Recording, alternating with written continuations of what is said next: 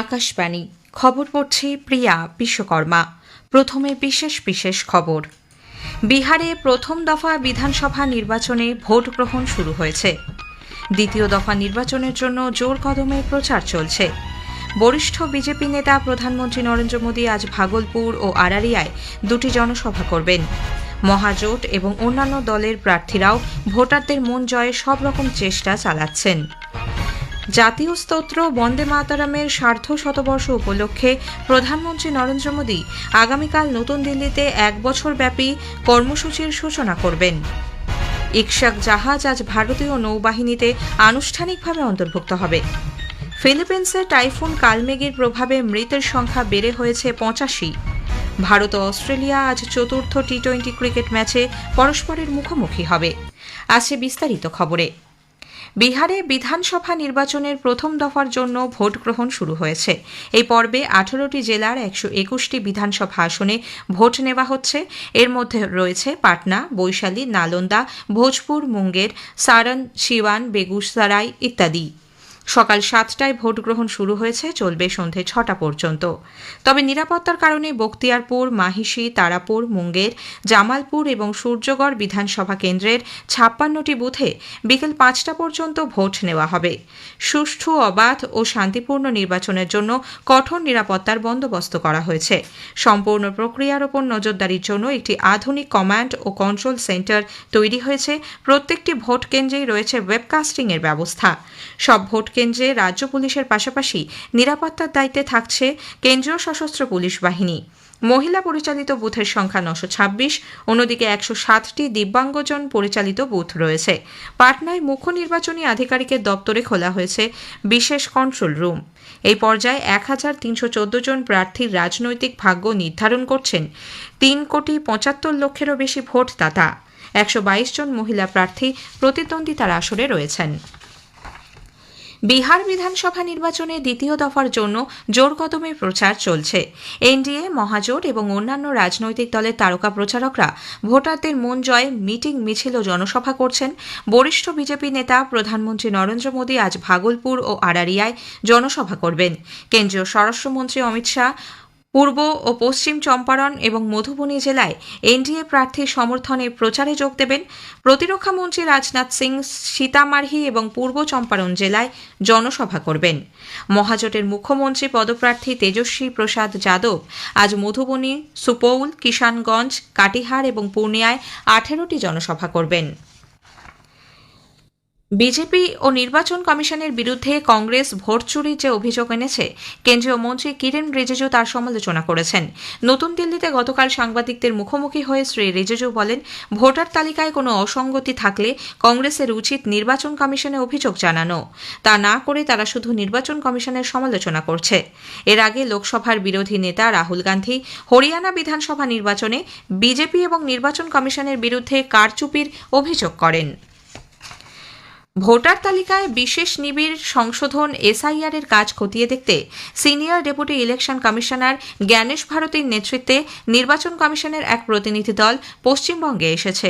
উত্তরবঙ্গের 4 জেলা আলিপুরদুয়ার, কোচবিহার, জলপাইগুড়ি এবং দার্জিলিংয়ে এসআইআর এর কাজের পর্যালোচনা করতে সংশ্লিষ্ট জেলা নির্বাচনী আধিকারিক, অতিরিক্ত জেলা শাসক ইলেকশন, জেলা ওসি ইলেকশন, সংশ্লিষ্ট জেলাগুলির ইআরও, এইআরও ও প্রযুক্তি আধিকারিকদের সঙ্গে বৈঠক করবেন তাঁরা। রাজ্যের মুখ্য নির্বাচনী আধিকারিক মনোজ কুমার আগরওয়াল, অতিরিক্ত মুখ্য নির্বাচনী আধিকারিক দিব্যেন্দু দাস নির্বাচন কমিশনের ওই প্রতিনিধি দলের সঙ্গে থাকবেন। আলিপুরদুয়ার কালেক্টরেট মিটিং হলে আজ বৈঠক করবে প্রতিনিধি দলটি। এরপর তাঁরা ফিল্ড ভিজিট করবেন। আগামীকাল নির্বাচন কমিশনের ওই প্রতিনিধি দল জলপাইগুড়ি জেলা পরিষদ অডিটোরিয়ামে বৈঠক করবেন। এরপর ফিল্ড ভিজিট করে শিলিগুড়িতে যাবেন। নতুন এবং পুনর্নবীকরণযোগ্য শক্তি মন্ত্রক চলতি মাসের 11 এবং 12 তারিখ নতুন দিল্লিতে গ্রিন হাইড্রোজেন সংক্রান্ত এক আন্তর্জাতিক সম্মেলনের আয়োজন করেছে। International conference on green hydrogen 2025 শীর্ষক এই সম্মেলনের উদ্দেশ্য হল গ্রিন হাইড্রোজেনের উৎপাদন বাড়ানো, পরিকাঠামো তৈরি, চাহিদার বৃদ্ধি এবং আন্তর্জাতিক ক্ষেত্রে সহযোগিতায় উৎসাহ প্রদান। বাণিজ্য ও শিল্পমন্ত্রী পীয়ূষ গোয়েল গতকাল অকল্যান্ডে নিউজিল্যান্ডের বাণিজ্য মন্ত্রী টড ম্যাকলের সঙ্গে সাক্ষাৎ করেন। ভারত নিউজিল্যান্ড বাণিজ্য সম্মেলনে শ্রী গোয়েল সমুদ্রপথে জাহাজ চলাচল, প্রতিরক্ষা, শিক্ষা এবং পর্যটন সহ বিভিন্ন ক্ষেত্রে দুদেশের সহযোগিতা বৃদ্ধি নিয়ে আলোচনা করেন। নিউজিল্যান্ডের প্রধানমন্ত্রী ক্রিস্টোফার লুকসন এবং ম্যাকলের সঙ্গে তিনি সেদেশে বসবাসকারী ভারতীয়দের উদ্দেশ্যে ভাষণ দেন। শ্রী গোয়েল বলেন, দুদেশের সরকার ই বাণিজ্যের পথ সুগম করতে শুল্কের বোঝা কমানো, লাল ফিতের ফাঁস থেকে মুক্তি এবং সহজের ব্যবসার ওপর জোর দিচ্ছে। From a fragile 5 to the top 5, it's been a relentless pursuit to promote ease of doing business, to attract investments through laying down the red carpet, eliminating red tapeism, making it easier to do business in India through lesser compliances, lesser tax burdens. We've continuously been reducing taxes, both direct and indirect, through less paperwork, no more threat of criminalization of laws which threaten you with legal action for small misdemeanors. The effort is to make India an attractive destination. জাতীয় স্তোত্র বন্দে মাতরমের সার্ধশতবর্ষ উপলক্ষে প্রধানমন্ত্রী নরেন্দ্র মোদী আগামীকাল নতুন দিল্লিতে 1 বছর ব্যাপী বিশেষ কর্মসূচির সূচনা করবেন। বন্দে মাতরমের 150 বছর উদযাপনে সংস্কৃতি মন্ত্রকের পক্ষ থেকে এই অনুষ্ঠানের আয়োজন করা হয়েছে। আগামী বছরের 7 নভেম্বর পর্যন্ত এই কালজয়ী সৃষ্টির স্মরণে নানা অনুষ্ঠানের আয়োজন করা হবে। এই স্তোত্রের সঙ্গে দেশের জাতীয় গর্ব, ঐক্য, স্বাধীনতা সংগ্রামের ইতিহাস জড়িয়ে রয়েছে। কেন্দ্রীয় মন্ত্রিসভা গত মাসের 1 তারিখ দেশব্যাপী এই কর্মসূচি আয়োজনের প্রস্তাবে সম্মতি দেয়। উদ্বোধনী অনুষ্ঠানের অঙ্গ হিসেবে থাকছে বন্দে মাতরমের 150 বছরের ইতিহাস বিষয়ে বিশেষ প্রদর্শনী, রয়েছে তথ্যচিত্রের প্রদর্শনীও। এই উপলক্ষে একটি স্মারক মুদ্রা ও ডাকটিকিট প্রকাশিত হবে। বিজেপির জাতীয় সাধারণ সম্পাদক তরুণ চুগ গতকাল নতুন দিল্লিতে জানান, আগামী 26 নভেম্বর সংবিধান দিবস পর্যন্ত বিজেপির পক্ষ থেকে দেশের বিভিন্ন স্থানে বন্দে মাতরম সঙ্গীত প্রতিযোগিতার আয়োজন করা হবে।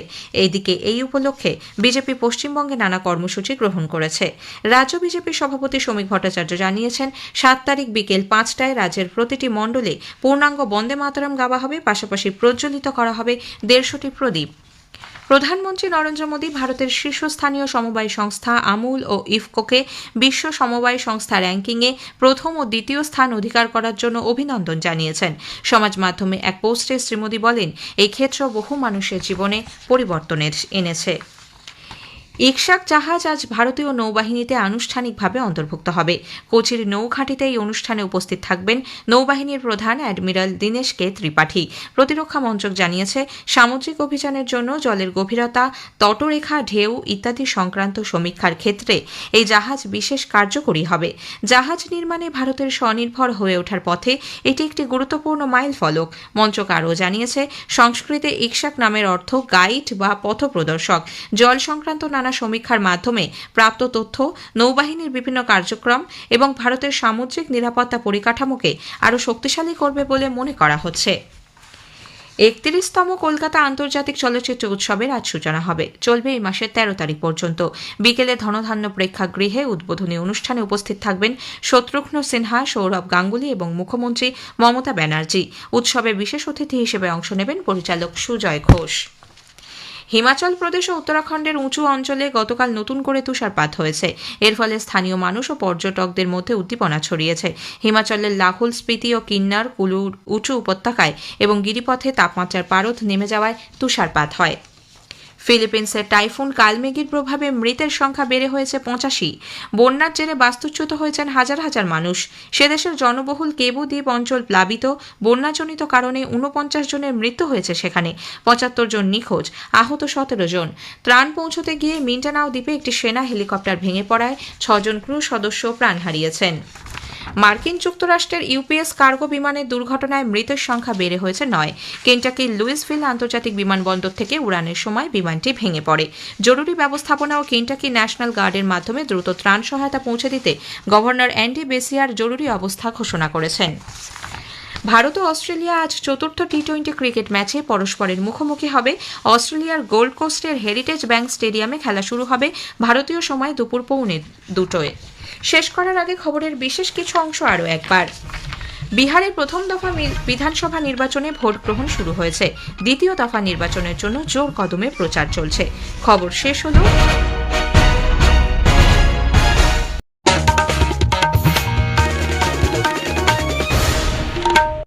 আকাশবাণী কলকাতা স্থানীয় সংবাদ পড়ছি নমামি বসু রুদ্র। প্রথমে বিশেষ বিশেষ খবর। ভোটার তালিকায় বিশেষ নিবিড় সংশোধনের কাজ খতিয়ে দেখতে senior deputy election commissioner Gyanesh ভারতীর নেতৃত্বে নির্বাচন কমিশনের এক প্রতিনিধি দল আজ থেকে পর্যালোচনার কাজ শুরু করবেন। এসআইআর এর অঙ্গ হিসেবে গত রাত ৮টা পর্যন্ত ১,১০,০০,০০০ বেশি এনিউমারেশন ফর্ম বিলি করা হয়েছে। আজ থেকেই অনলাইনে মিলবে ফর্ম। নদিয়ার নবদ্বীপে কেন্দ্রীয় প্রতিমন্ত্রী বিজেপি সাংসদ সুকান্ত মজুমদারের কনভয়ে হামলার অভিযোগ উঠেছে তৃণমূল কংগ্রেসের বিরুদ্ধে। প্রধানমন্ত্রী নরেন্দ্র মোদী আগামীকাল নতুন দিল্লিতে জাতীয় স্তোত্র বন্দে মাতরমের সার্ধ শতবর্ষ পূর্তি উপলক্ষে ১ বছরব্যাপী বিশেষ কর্মসূচির সূচনা করবেন। ৩১তম কলকাতা আন্তর্জাতিক চলচ্চিত্র উৎসব আজ শুরু হচ্ছে। আসছি বিস্তারিত খবরে। ভোটার তালিকায় বিশেষ নিবিড় সংশোধন এসআইআর এর কাজ খতিয়ে দেখতে senior deputy election commissioner Gyanesh ভারতীর নেতৃত্বে নির্বাচন কমিশনের এক প্রতিনিধি দল আজ থেকে পর্যালোচনার কাজ শুরু করবেন। সকাল 10টায় আলিপুরদুয়ারের কালেক্টরেট মিটিং হলে শুরু হবে বৈঠক। উপস্থিত থাকবেন জেলা নির্বাচনী আধিকারিক, অতিরিক্ত জেলা শাসক ইলেকশন, জেলা ওসি ইলেকশন, সংশ্লিষ্ট জেলার ইআরও, এইআরও ও প্রযুক্তি আধিকারিকরা। রাজ্যের মুখ্য নির্বাচনী আধিকারিক মনোজ কুমার আগরওয়াল, অতিরিক্ত মুখ্য নির্বাচনী আধিকারিক দিব্যেন্দু দাস নির্বাচন কমিশনের ওই প্রতিনিধি দলের সঙ্গে থাকবেন। তারপর তারা যাবেন পরিস্থিতি খতিয়ে দেখতে। দুপুরে কোচবিহারে উৎসব অডিটোরিয়ামে বৈঠকে যোগ দেওয়ার পাশাপাশি তাদের এলাকায় ঘুরে দেখার কথা। আগামীকাল নির্বাচন কমিশনের ওই প্রতিনিধি দল জলপাইগুড়ি জেলা পরিষদ অডিটোরিয়ামে বৈঠক করবেন। এরপর পরিস্থিতি খতিয়ে দেখতে শিলিগুড়ি যাবেন। শিলিগুড়ি সার্কিট হাউসে ওই দিনই দার্জিলিং জেলার সংশ্লিষ্ট আধিকারিকদের সঙ্গে বৈঠক করবেন তারা। সেখানেও পরিস্থিতি খতিয়ে দেখতে এলাকায় যাওয়ার কর্মসূচি রয়েছে কমিশনের দলটির। শনিবার প্রতিনিধি দলটি দিল্লি ফিরে যাবেন বলে রাজ্যের মুখ্য নির্বাচনী আধিকারিকের দপ্তর সূত্রে খবর। ভোটার তালিকায় বিশেষ নিবিড় সংশোধন এসআইআর এর অঙ্গ হিসেবে গতকাল রাত ৮টা পর্যন্ত ১,১০,০০,০০০ বেশি এনিউমারেশন ফর্ম বিলি করা হয়েছে বলে মুখ্য নির্বাচনী আধিকারিকের দপ্তর সূত্রে জানা গেছে। বাড়ি বাড়ি গিয়ে এনিউমারেশন ফর্ম দেওয়ার পাশাপাশি আজ থেকে অনলাইনে এসআইআর এনিউমারেশন ফর্ম পাওয়া যাবে। নির্বাচন কমিশনের ওয়েবসাইটে গেলেই এই ফর্মের লিঙ্ক মিলবে। এ সংক্রান্ত কাজের জন্য কমিশনের পক্ষ থেকে একটি অ্যাপও রাখা হয়েছে। যারা সশরীরে ফর্মটি নিতে পারছেন না বা কর্মসূত্রে বাইরে থাকেন তাদের জন্যই এই ব্যবস্থা। ফর্ম ডাউনলোডের পর তা পূরণ করে অনলাইনে আপলোড করার সংস্থান থাকছে। গোটা প্রক্রিয়াটি বিস্তারিতভাবে পোর্টালেই বলা আছে। এদিকে রাজ্য জুড়ে এসআইআর প্রক্রিয়া শুরু হতে নানা অনিয়মের অভিযোগ উঠেছে। মুর্শিদাবাদের ভগবানগোলায় তৃণমূল কংগ্রেসের বুথ সভাপতি মণি শেখের বাড়িতে বসে এনিউমারেশন ফর্ম ফিল আপের অভিযোগ উঠেছে বিএলওর বিরুদ্ধে। সোহেল হোসেন নামে ওই ব্যক্তি মহিষাস্থলী গ্রাম পঞ্চায়েতের ৭০ নম্বর বুথে বিএলও হিসেবে কাজ করছিলেন। ভগবানগোলার ১ নম্বর ব্লকের কাশীপুরেও সেলিম শেখ ভুট্টু নামে তৃণমূল কংগ্রেসের এক যুবনেতার বাড়িতে বসে বিএলওর এনিউমারেশন ফর্ম ফিল আপের অভিযোগ উঠেছে। বিরোধী দল নেতা শুভেন্দু অধিকারী বিএলওদের নিরপেক্ষভাবে কাজ করার আহ্বান জানিয়েছেন। এলোদের কাছে আমার অনুরোধ, হুমকি ধমকের কাছে মাথা নত করবেন না। হুমকি ধমক ফিজিক্যাল অ্যাটাক করলে, ঝান্ডা নিয়ে সঙ্গে ঘুরলে এফআইআর করুন। আপনাদের পাশে আমরা আছি। আর যদি পলিটিক্যাল আনুগত্যের জন্য কম্প্রোমাইজ করে চলেন তাহলে আপনাদের অবস্থাও বিহারের বিএলওদের মতো হবে। বিহারে 432টা এফআইআর হয়েছে বিএলওর এগেনস্টে, 52 জন জেলে আছে। নদিয়ার নবদ্বীপে কেন্দ্রীয় প্রতিমন্ত্রী বিজেপি সাংসদ সুকান্ত মজুমদারের কনভয়ে হামলার অভিযোগ উঠেছে তৃণমূল কংগ্রেসের বিরুদ্ধে। জগদ্ধাত্রী পুজোর ভাসানে পুলিশের লাঠিচার্জ নিয়ে কৃষ্ণনগরে কোতোয়ালি থানার সামনে দলীয় কর্মসূচির পর রাস উপলক্ষে নবদ্বীপ যাচ্ছিলেন সুকান্তবাবু। সে সময় সরকারপাড়া রোডে কনভয়ের কয়েকটি গাড়ি পিছিয়ে পড়ে। বিজেপির রাজ্য কৃষক মোর্চার সভাপতি মহাদেব সরকার ও উত্তর সাংগঠনিক জেলার সভাপতি অর্জুন বিশ্বাসের গাড়িগুলি বাসস্ট্যান্ডে ঢুকে অন্য গাড়ির খোঁজ চালায়। সে সময় কয়েকজন দুষ্কৃতী সেখানে চড়াও হয়। প্রথমে বচসা, পরে লাঠি সোঁটা নিয়ে আক্রমণ চালায় তারা। ছোড়া হয় ইট পাথর। এতে বিজেপির 2-3 জন গুরুতর আহত হন। খবর পেয়ে সুকান্ত মজুমদার সেখানে পৌঁছন। অবিলম্বে দোষীদের বিরুদ্ধে ব্যবস্থা না নিলে বৃহত্তর আন্দোলনের ডাক দিয়েছেন তিনি। নবদ্বীপে রাস পূর্ণিমায় ঘুরছি, দুটো গাড়ি আমাদের একটু পিছনে পড়ে যাওয়ার জন্য তারা ঘোরানোর সময় বাস স্ট্যান্ডে ঢুকেছিল, সেখানে পর্যন্ত আমাদের গাড়ি ভাঙচুর করা হয়েছে। এবং আমি পুলিশ প্রশাসনকে স্পষ্ট বলতে, যারা যে সমস্ত দুষ্কৃতীরা এই কাজ করেছে তারা যদি গ্রেপ্তার না হয় তাদের শাস্তি দেওয়ার ব্যবস্থা আমরা করব। একজনের মাথা ফাটিয়ে দিয়েছে, পুলিশ যদি ব্যবস্থা না নেয় প্রত্যেকটা রক্তবিন্দুর হিসাব করাই গন্ডায় বিজেপি বুঝিয়ে দিতে পারে। যদিও তৃণমূল কংগ্রেস যাবতীয় অভিযোগ অস্বীকার করেছে। প্রধানমন্ত্রী নরেন্দ্র মোদী আগামীকাল নতুন দিল্লিতে জাতীয় স্তোত্র বন্দে মাতরমের সার্ধশতবর্ষ পূর্তি উপলক্ষে 1 বছরব্যাপী বিশেষ কর্মসূচির সূচনা করবেন। সংস্কৃতি মন্ত্রকের পক্ষ থেকে এই অনুষ্ঠানের আয়োজন করা হয়েছে। 2026-এর 7ই নভেম্বর পর্যন্ত বঙ্কিমচন্দ্র চট্টোপাধ্যায় রচিত এই কালজয়ী সৃষ্টির 150 বছর পূর্তিতে নানা অনুষ্ঠান আয়োজনের পরিকল্পনা নেওয়া হয়েছে। উল্লেখ্য, এই স্তোত্রের সঙ্গে দেশের গর্ব, ঐক্য ও স্বাধীনতা সংগ্রামের ইতিহাস জড়িয়ে। এদিকে রাজ্য বিজেপিও সারা বাংলায় এই উপলক্ষে নানা কর্মসূচি গ্রহণ করেছে। কলকাতায় এক সাংবাদিক সম্মেলনে রাজ্য বিজেপি সভাপতি শ্রমিক ভট্টাচার্য বলেন, আগামীকাল বিকেল 5টায় রাজ্যের প্রতিটি মণ্ডলে পূর্ণাঙ্গ বন্দে মাতরম গাওয়া হবে। খণ্ডিত বন্দে মাতরম নয়, পূর্ণাঙ্গ বন্দে মাতরম, যেখানে তানহি দুর্গা দশপ্রহর ধারিণী থাকবে। আমাদের সমস্ত মণ্ডলে ঠিক বিকাল 5টার সময় সমবেত বন্দে মাতরম এর আয়োজন করা হয়েছে। কলকাতার প্রত্যেকটি ওয়ার্ডে ওই দিন বন্দে মাতরম সমবেত ভাবে সবাই গাইবেন এবং 150টি প্রদীপ জ্বালিয়ে বন্দে মাতরমের সার্ধশতবর্ষ আমরা উদযাপন করব। বন্দে মাতরম ভবন হুগলিতে যেটা আছে সেখানে থাকবেন সুনীল বানসাল, উত্তর 24 পরগনার কাঁঠালপাড়ায় থাকবেন সুকান্ত মজুমদার। 31তম কলকাতা আন্তর্জাতিক চলচ্চিত্র উৎসবের সূচনা হবে আজ বিকেলে ধনধান্য প্রেক্ষাগৃহে। চলবে এ মাসে 13 তারিখ পর্যন্ত। উপস্থিত থাকবেন শত্রুঘ্ন সিনহা, সৌরভ গাঙ্গুলি এবং মুখ্যমন্ত্রী মমতা ব্যানার্জি। উৎসবে বিশেষ অতিথি হিসেবে অংশ নেবেন পরিচালক সুজয় ঘোষ। উদ্বোধনী ছবি হিসেবে প্রদর্শিত হবে অজয় কর পরিচালিত উত্তম সুচিত্রা জুটির সপ্তপদী। একটি প্রতিবেদন। 3টে দশক অতিক্রম করে 31-এ পা রাখতে চলেছে কলকাতা আন্তর্জাতিক চলচ্চিত্র উৎসব। ছবির অংশগ্রহণে কলেবরে ও চাকচিক্যে ক্রমশ পরিবর্তিত হয়েছে প্রযুক্তিকেন্দ্রিক অত্যাধুনিক শিল্প মাধ্যমের এই বাৎসরিক পার্বণ।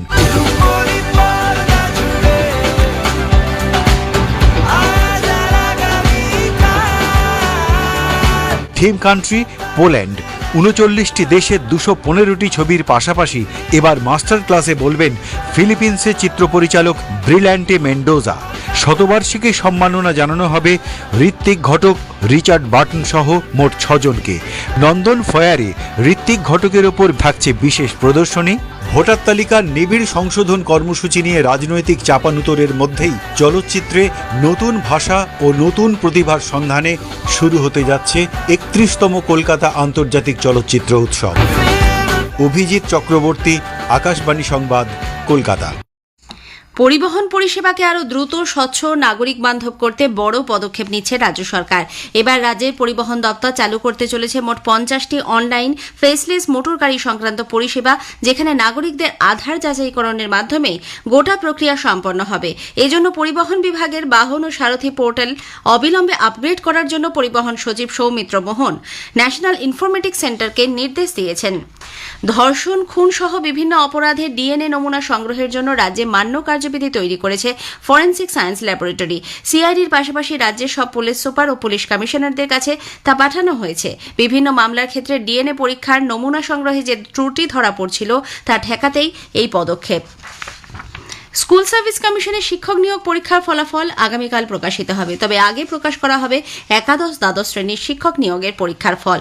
তথ্য যাচাই ও ইন্টারভিউ প্রক্রিয়া শুরু হওয়ার পর নবম, দশম শিক্ষক নিয়োগের ফল প্রকাশিত হবে। নবদ্বীপের রাস উৎসবের আজ আড়ং। গতকাল দিনভর পূজার্চনার পর আজ বিকেল থেকে শোভাযাত্রা সহকারে দেবদেবীর মূর্তি বিসর্জনের পথে রওনা হবেন। শাক্ত ও বৈষ্ণবের মিলন উৎসব রাসকে ঘিরে নবদ্বীপে এখন জনজোয়ার, রয়েছে কড়া পুলিশি নিরাপত্তা। অন্যদিকে কোচবিহার পৌরসভা পরিচালিত রাসমেলার সূচনা হচ্ছে আজ।